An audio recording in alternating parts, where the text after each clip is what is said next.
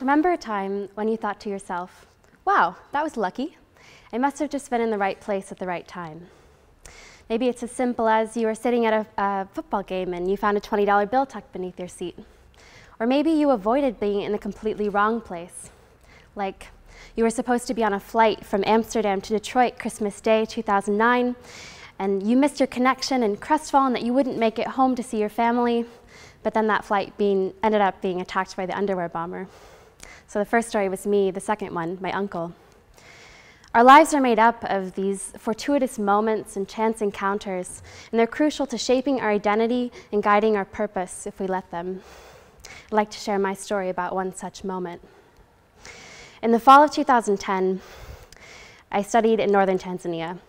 I was 20 years old, and it was a time of a lot of firsts for me. It was my first time traveling by myself, first time to Africa, first time using the beloved drop toilet. But I was there to study wildlife conservation. And for part of my research, I traveled to a very rural village called Engarecero. It was a full day's trip from the main city by car. And as I sat in the back of the Jeep, dust pouring through the open windows and my head clunking against the roof as we went over each bump, it's needless to say, I had no idea what was in store for me. But the beauty of Engarecero is stark and yet stunning. It's just outside the Ngorongoro Conservation Area, which borders the legendary Serengeti National Park. And just on the other side of this volcano is a crater which lies within the conservation area. The rim of the crater has salt reserves, and it functions as a crucial water source for the local herders' cattle during the dry season. As I'm sure you can imagine, it means it's also crucial for wildlife and therefore for tourism as well. But this crater is where the village of Niobe lies. Remember that name, Niobe. But before I went careening off to Engarecero, I had followed protocol and carefully laid out my research plans. My research questions were about some local development issues underway, and I wanted to get a sense of residents' perceptions about some related topics. I remember so clearly. It's just the second day of interviews, and we're still working out some translation kinks, but otherwise things are going smoothly. So my translator, Lupara, and I, we leave from the village center early in the morning, and at that time of day, the sun is still low, casting a slight shadow over everything. We walk all the way towards the outskirts of the village on the southern side. We approach one of the family's mud huts, we introduce ourselves, and I explain my project. We sit down on the ground outside with an older woman. And the interview starts off as they all do, but quickly something about this one seems to go off track. In my head, I'm thinking, oh no, what have I done wrong?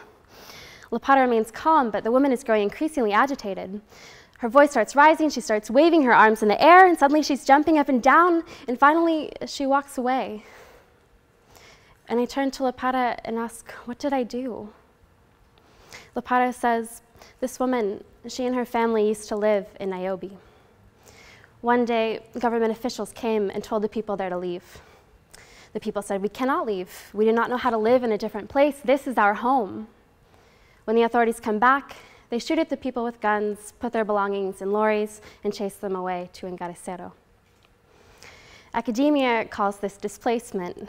And yes, I'd read about it in books before, but when you're looking at displaced people face to face, it becomes a lot more difficult to brush aside. When I arrived in Tanzania, I was a beaming conservationist, and if it weren't for this moment, I don't know that I ever would have realized how real the experience of displacement is. But because of this chance encounter with this woman, I completely shifted my research and my advocacy toward displacement. At a later point at my stay in this village, some women told me, if you're doing this research for your own education, it's no problem. But they said, please, don't let it sit on a shelf. They told me, you are smart.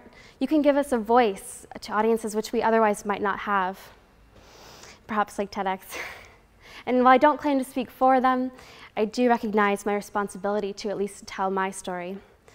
As much as we shape our research and our goals, our research shapes us as well and sometimes compels us to tell these stories. My challenge to you is to not let these moments fade away. Earlier, I asked you to remember Niobe. That was the name of the village, and that was the moment for me, which seemingly just fell out of the sky and into my lap and changed my entire course. But what is your Niobe? Don't let these moments slip away. Hold them close. because they are what have made you into who you are and into who you might become if you seize the serendipitous. Thank you.